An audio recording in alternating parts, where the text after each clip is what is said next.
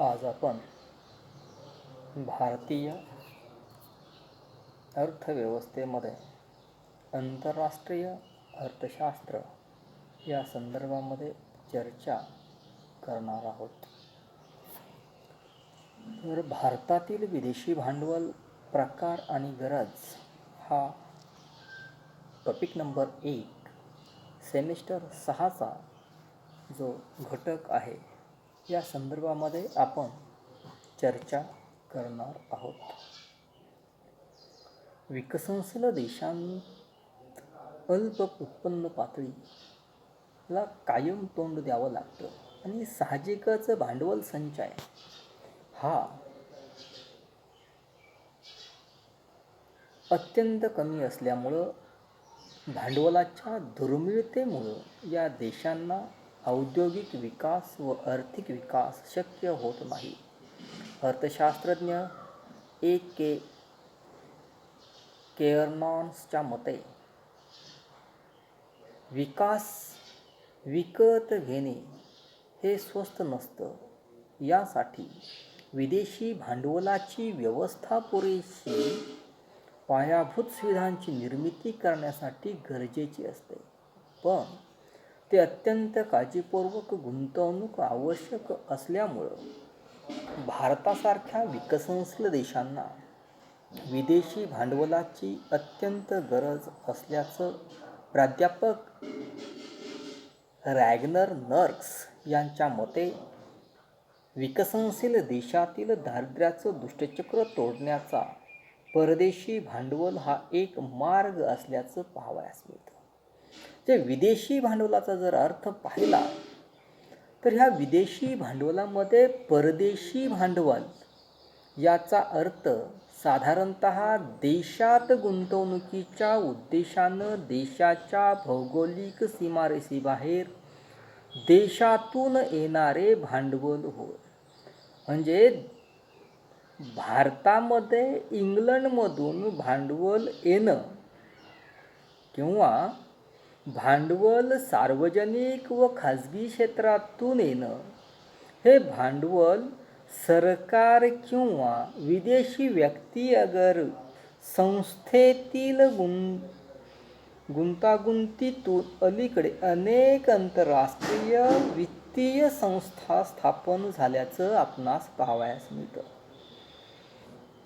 अलीकडच्या कालखंडामध्ये अनेक आंतरराष्ट्रीय वित्तीय संस्था स्थापन झालेल्या आहेत. उदाहरणार्थ आंतरराष्ट्रीय नाणेनिधी, जागतिक बँक इत्यादी. म्हणजे विविध संस्थांनी देशात कर्ज, मुदत, अनुदान, देणगी इत्यादी स्वरूपात केलेली गुंतवणूक ही विदेशी भांडवल संबोधली जाते. हे परदेशी भांडवलाचे जे प्रकार आहेत, या परदेशी भांडवलाचे प्रकार जर आपण पाहिले तर यामध्ये परकीय गुंतवणुकीचं प्रमुख जे प्रकार पाडले जातात हे प्रमुख 6 प्रकारामध्ये त्याची मांडणी केल्याचं पाहावयास मिळतं. म्हणजे प्रत्यक्ष विदेशी गुंतवणूक जी आहे या देशात काही वेळा विदेशी भांडवल प्रत्यक्ष गुंतवणुकीच्या स्वरूपामध्ये येतं आणि भूतकाळामध्ये प्रगत देशातील कंपन्यांनी विदेशी हेतून देशातील गुंतवणूक काही वेळा प्रगत देशामध्ये भारतासारख्या विकसनशील देशात त्यांच्या देशातील कंपन्यांची दुय्यम ऑफिस किंवा शाखा सुरू करून तिला जोडून घेतात आणि काही प्रकारामध्ये परदेशी व्यक्ती संबंधित देशातील कंपन्यांतील भागरोख्यात पैसे गुंतवतात. म्हणजे त्याला शेअर्स विकत घेतले जातात. अशा गुंतवणुकीला ज्यावेळी रोखतेची गुंतवणूक असं म्हटलं जातं. म्हणजे सारांश रूपानं या गुंतवणुकीचे प्रमुख 2 मार्ग पडत असल्याचं पाहावयास मिळतं.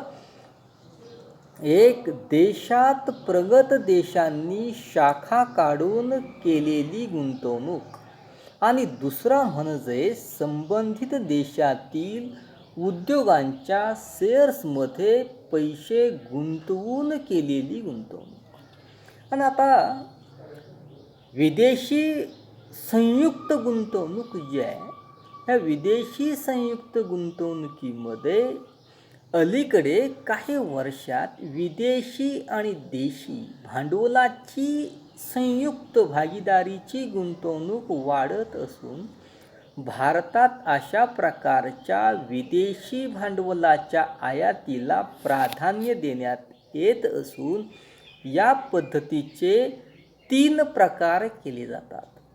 खाजगी व्यक्तीबरोबर भागीदारी केली जाते, म्हणजे विदेशी भांडवल व खाजगी व्यक्ती यांच्यामध्ये भागीदारी होते आणि परदेशी कंपन्या आणि भारतीय सरकार यांच्यातील भागीदारी. आणि तिसरा जो घटक येतो, त्या तिसऱ्या घटकाला विदेशी सरकार व भारतीय सरकार यांच्यातील भागीदारी,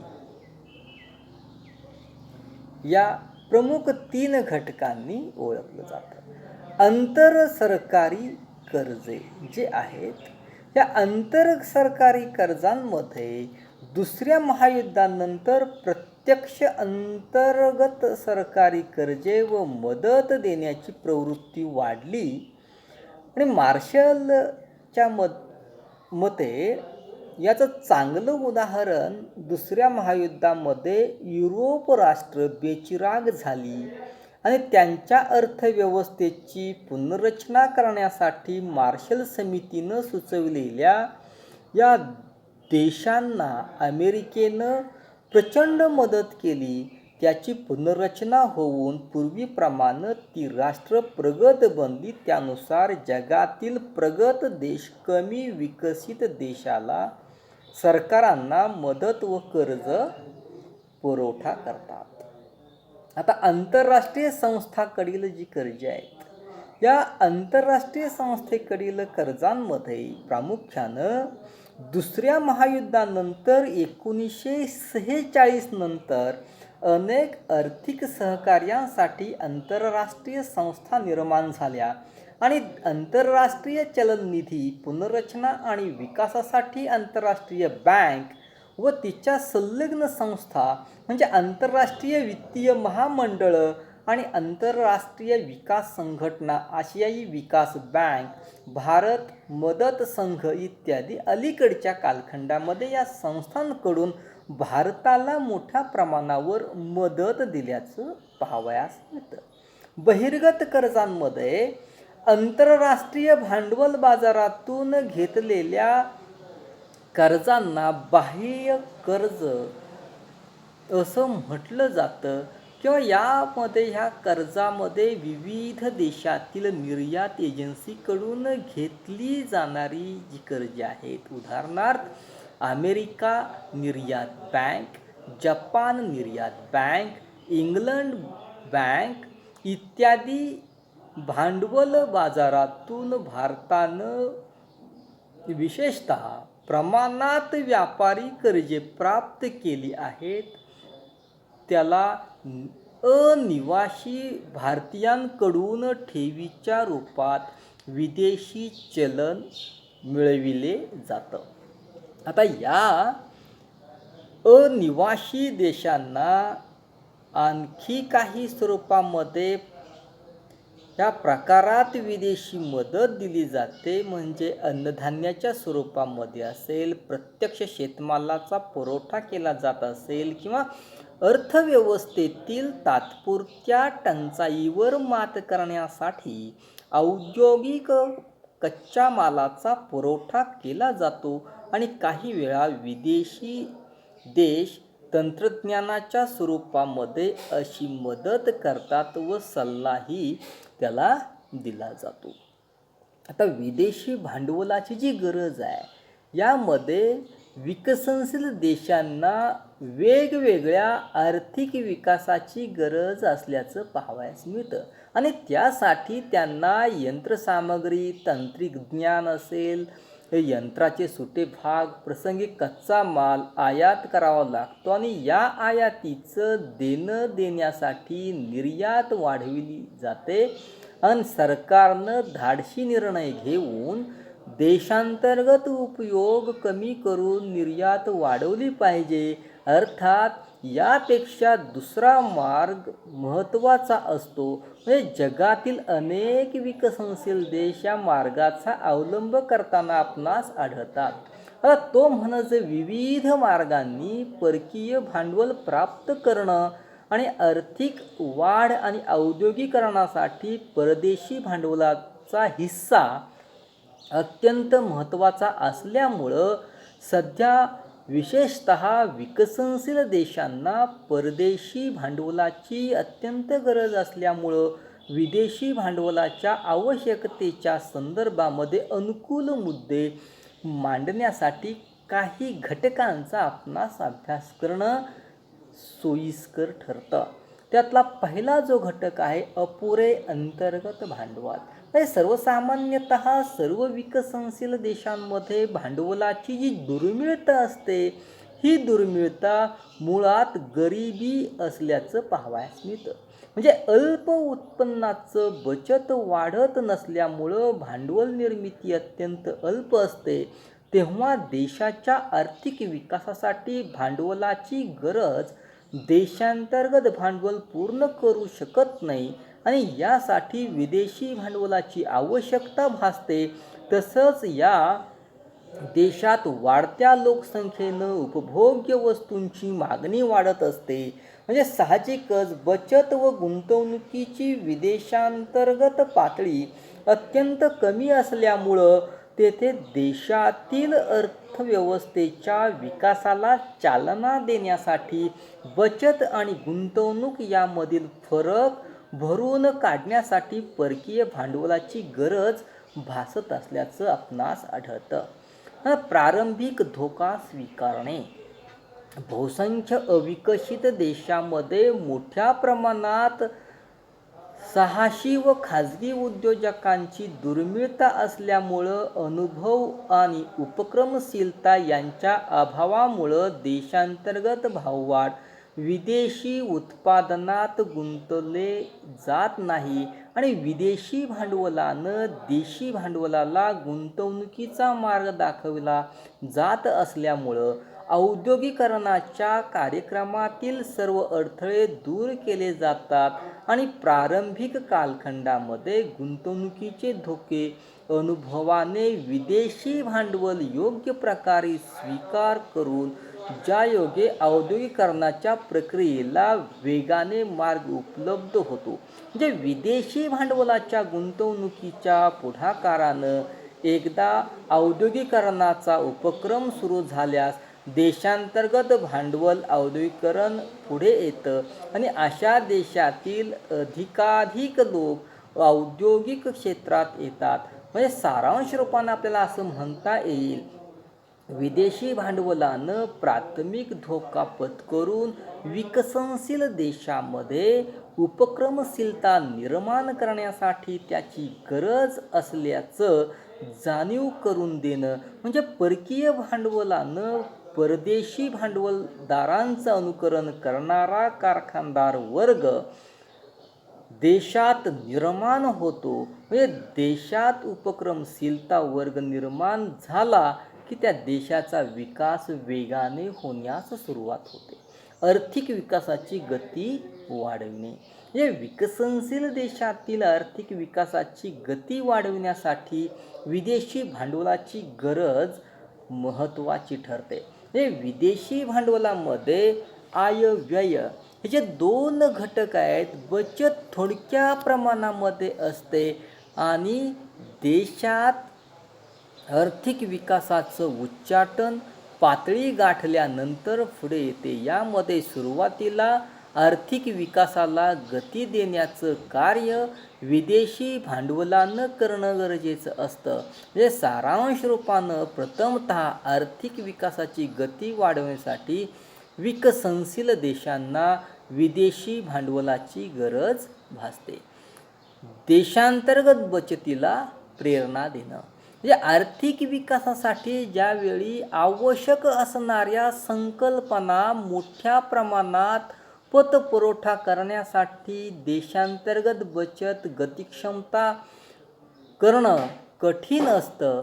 विदेशाच्या प्राथमिक अवस्थेत विकसनशील देशांना भांडवल बाजारामुळं अप्रगत तात्पुरत्या उपाययोजनांची विदेशी भांडवल आणि याच काळात भांडवल बाजाराच्या विकासाच्या प्रक्रियेसाठी आवश्यक असतं. म्हणजे परदेशी भांडवलाची अर्थव्यवस्थेच्या विविध क्षेत्रात गुंतवणूक केल्यानं देशातील राष्ट्रीय उत्पन्नात दरडोई उत्पन्नात वाढ होते आणि त्यामुळं देशात बचत वाढण्यास मदत होते. म्हणजे बँकिंगच्या सोयी विस्तृत प्रमाणात वाढल्यास लोकांची बचत योग्य प्रकारे प्रवाहित होऊन चांगल्या ठिकाणी गुंतविली जाते.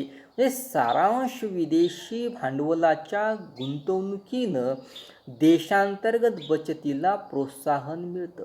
म्हणजे देशातील भांडवल निर्मितीचा दर वाढत जातो आणि आर्थिक विकासाला आवश्यक असलेलं भांडवल तदनंतर सहजपणे देशात उपलब्ध होण्यास मदत होते.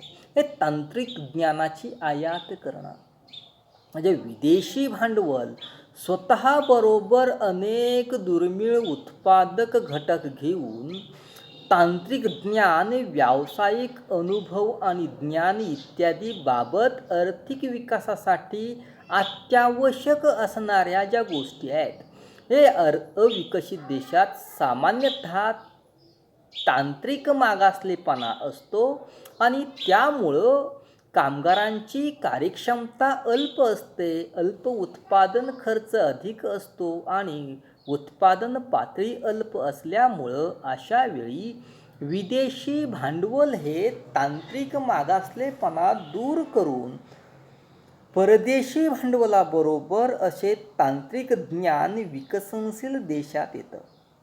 हे तंत्रज्ञानाची सोय पुरवणं किंवा प्रशिक्षण देणं किंवा देशात शैक्षणिक संशोधन व प्रशिक्षण संस्था स्थापन करून तांत्रिक कामाकरता विदेशी भांडवलाच्या मदतीनं दूर करणं. म्हणजे उदाहरणार्थ भारताला America, England, France, Germany, Russia इत्यादी देशांनी तांत्रिक व व्यवस्थापकीय ज्ञान दिल्यानं भारतात नैसर्गिक गॅस, तेल इत्यादी उत्पादन शक्य झाल्याचं आढळतं.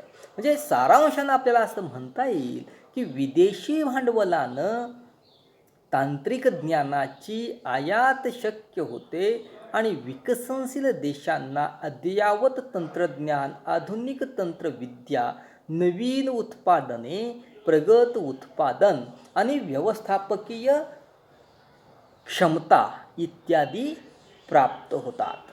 हे पायाभूत सुविधांचा ज्यावेळी विकास करणं शक्य असतं, अशा वेळी बहुसंख्य विकसनशील देशात देशांतर्गत भांडवल, आर्थिक पायाभूत सुविधा निर्माण करण्यासाठी अपुऱ्या पडतात आणि त्यावेळी सुविधा निर्माण करण्यासाठी त्यांना मोठ्या प्रमाणात विदेशी भांडवलाची मदत आवश्यक असते. अलीकडच्या कालखंडात विशेषतः 1960 नंतर अनेक आंतरराष्ट्रीय वित्तीय संस्थांनी आणि पुष्कळशा प्रगत देशांनी विकसनशील देशांना पुरेसं भांडवल उपलब्ध करून दिलं आणि विशेषतः वाहतूक व दळणवळणाच्या पद्धतीचा विकास, विजेची मागणी आणि वितरण, सिंचन सुविधांचा विकास इत्यादीसाठी मोठ्या प्रमाणात भांडवलाचा पुरवठा केला जात असल्याचं आपणास आढळतं. म्हणजे अप्रगत देशांना विदेशी भांडवल आणि मदत याच्या विना पायाभूत सुविधा निर्माण करणं शक्य झालं नसल्यानं अनेक विकसनशील देशात रस्ते, विद्युत निर्मिती, बंदरे इत्यादींच्या विकासात विदेशी भांडवलानं महत्त्वाची भूमिका बजावल्याचं आपणास आढळतं. मूलभूत व अवजड उद्योग जे आहेत त्यामध्ये लोखंड, पोलाद उद्योग, इंजिनिअरिंग, रासायनिक, विमाने, रेल्वे, खतं, झांज बांधणी इत्यादी मूलभूत अवजड उद्योगांचा समावेश होतो. आता यामध्ये विकास करणं आणि त्यांमध्ये प्रचंड गुंतवणूक करणं विकसनशील देशांना अशक्य नसतं. देशाच्या आर्थिक विकासासाठी असं उद्योग अत्यंत गरजेचे असतात. अप्रगत देशात बचत व गुंतवणुकीचा दर अत्यंत कमी असल्यानं अशा उद्योगांच्या विकासासाठी विदेशी भांडवलाची मदत घेणं आवश्यक ठरतं. ज्यायोगे देशात औद्योगिक रचना प्रस्थापित होते. उदाहरणार्थ भारतानं रशिया, इंग्लंड, जर्मनी, अमेरिका इत्यादींच्या मदतीनं लोखंड पोलाद कारखाने उभारले. आणि सारांश रूपानं आपल्याला असं म्हणता येईल की परकीय भांडवल व सहाय्याविना असं उद्योग उभं करणं कठीण असल्यामुळं देशाच्या आर्थिक विकासासाठी या उद्योगांची गरज असल्याचं पाहावयास मिळतं. रोजगारात वाढ करणे. विकसनशील देशात लोकसंख्या वेगाने वाढत असल्यामुळं औद्योगिक क्षेत्राचा विकास झालेला असत नाही. म्हणजे शेती क्षेत्र मागासलेलं असल्यामुळं बेकारी मोठ्या प्रमाणामध्ये वाढत असते आणि अशा देशात विदेशी भांडवलाच्या मदतीनं मूलभूत उद्योग उभारल्यास अर्थव्यवस्थेच्या विविध क्षेत्रात विदेशी भांडवल गुंतवल्यास मोठ्या प्रमाणात रोजगार वाढ होते. ग्रामीण भागात अतिरिक्त मजूर औद्योगिक क्षेत्रामध्ये स्थलांतरित होतात आणि जेणेकरून शेती क्षेत्रावरील दबाव कमी होतो. अनेक विकसनशील देशांमध्ये शेती क्षेत्रावर लोकसंख्येचा अतिरिक्त दबाव असतो, पण औद्योगिकरणानं हा दबाव कमी होऊन शेतीचं आधुनिकीकरण करणं शक्य होतं. विदेशी भांडवलाच्या मदतीनं शेतीत यंत्र, रासायनिक खतं वापरली जातात आणि शेतीला अतिरिक्त मजुरांना विशेष भांडवलाच्या मदतीनं स्थापन झालेल्या उद्योगात सामावून घेता येतं. म्हणजे सारांश रूपानं आपल्याला असं म्हणता येईल, विदेशी भांडवलानं देशाचा विकास होतो आणि रोजगाराच्या संधी निर्माण होतात. म्हणजे सामाजिक कल्याण साधणं शक्य होतं. व्यवहाराची समस्या सोडविणे. जे विकसनशील देशांना आर्थिक विकासाच्या प्रारंभिक अवस्थेत प्रतिकूल व्यवहार देशाच्या समतोल तोडून द्यावा लागतो, कारण या दोन्ही देशांना आवश्यक असणारी यंत्रे, भांडवली वस्तू, औद्योगिक कच्चा माल, यंत्रांचे सुटे भाग इत्यादीची मोठ्या प्रमाणावर आयात करावी लागते आणि त्या मानानं त्यांनी निर्माण केलेल्या अत्यंत कमी व प्राथमिक वस्तूंची आयात या व्यवहार शेषात प्रतिकूल बनविण्यास कारणीभूत ठरते. म्हणजे परकीय चलनानं उत्पन्न व खर्च या तफावत निर्माण होते आणि या समस्येचं अल्पकालीन निराकरण करणं विदेशी भांडवलानं शक्य होतं. म्हणजे परकीय भांडवलानं उद्योगांना विकास व शेती आधुनिकीकरण केल्यास आयात घटून निर्यात वाढते. म्हणजे व्यवहार शेषाची समस्या सोडवण्यास ती कारणीभूत ठरते. भाववाढीवर नियंत्रण. विकसनशील देशांना नेहमी भाववाढीच्या समस्येला तोंड द्यावं लागतं. म्हणजे अर्थव्यवस्थेचा विकास होताना अधिकाधिक गुंतवणूक केली जाते, प्रसंगी तुटीचा अर्थभरणा केला जातो आणि ज्यामुळं ताबडतोब लोकांच्या उत्पन्नाची पातळी वाढते. त्या वस्तू व सेवांची मागणी वाढल्यामुळं वस्तूंची, विशेषतः अन्नधान्याची मागणी लवचिक असते. त्याचा पुरवठा ताबडतोब वाढवणं शक्य नसतं, वेगाने भाववाढ होते. अशा परिस्थितीत विदेशी भांडवलाच्या साहाय्यानं अन्नधान्य व आवश्यक उपभोग्य वस्तू आयात करून भाववाढ नियंत्रित करणं शक्य होतं. उदाहरणार्थ भारतानं मोठ्या प्रमाणात अन्नधान्याची आयात करून भाववाढीवर नियंत्रण ठेवलं असं म्हणता येतं. नैसर्गिक साधनसामुग्रीचा विकास करणं. यामध्ये अनेक विकसनशील देशातील लहान मोठ्या प्रमाणात खनिज संपत्तीचे साठे असल्याचं पाहावयास मिळतं. पण भांडवलाच्या कमतरतेमुळे त्यांचा पूर्ण उपयोग किंवा विनियोग करणं त्यांना शक्य होत नाही, कारण त्यासाठी आवश्यक तंत्रज्ञान, व्यवस्थापकीय कौशल्याचं ज्ञान नसल्यामुळं खनिज संपत्तीचा पर्याप्त उपयोग करून घेण्यासाठी त्यांना विदेशी भांडवलावर अवलंबून राहावं लागतं.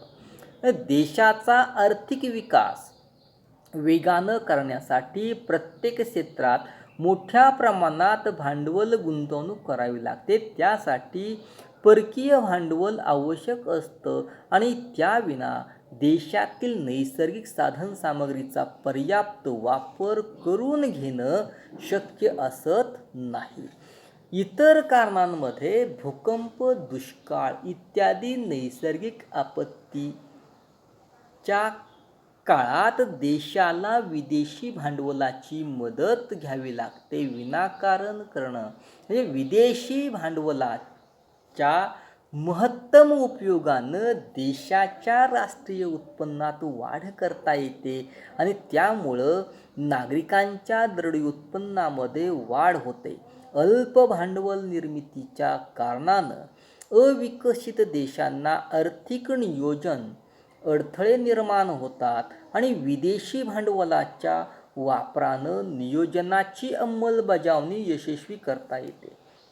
म्हणजे विदेशी भांडवलाच्या गुंतवणुकीनं विविध देशात सहकार्य व मैत्री वाढते आणि जागतिक समस्या वाढून चिरकाल शांतता प्रस्थापित होते. बचत आणि गुंतवणूक यामधील विकसनशील देशात असलेली तफावत विदेशी भांडवलाला भरून काढता येते. म्हणजे परकीय गुंतवणुकीनं अविकसित देशांना नवीन उत्पादन, नवीन बाजारपेठा आणि नवीन चलन इत्यादी ओळख देते. म्हणजे विदेशी भांडवलानं देशातील प्रत्येक व्यक्तीचं कल्याण साधलं जातं, म्हणजे जागतिक कल्याणात वाढ होते. सारांश रूपानं आपल्याला असं सांगता येईल की विविध कारणांनी विकसनशील देशांना विविध भांडवलाची गरज असते आणि अशा रीतीनं विकसनशील देशांचा विकास विदेशी भांडवलावर मोठ्या प्रमाणावर अवलंबून असतो. अमेरिका, कॅनडा, फ्रान्स हे सध्याचं प्रगत देश त्यांच्या प्रगतीच्या प्रारंभी अवस्थेत विदेशी भांडवलावर अवलंबून असतात. रशिया, चीन या दोन देशांनी आर्थिक विकास अत्यंत अल्प विदेशी मदतीवर घडवून आणला आणि याचाच अर्थ आर्थिक विकासात विदेशी भांडवलाची भूमिका अत्यंत महत्त्वपूर्ण असल्याचं जॉन पी. लेविस यांनी मत मांडलं. म्हणजे विदेशी मदतीनं देशाचा आर्थिक विकास होत असताना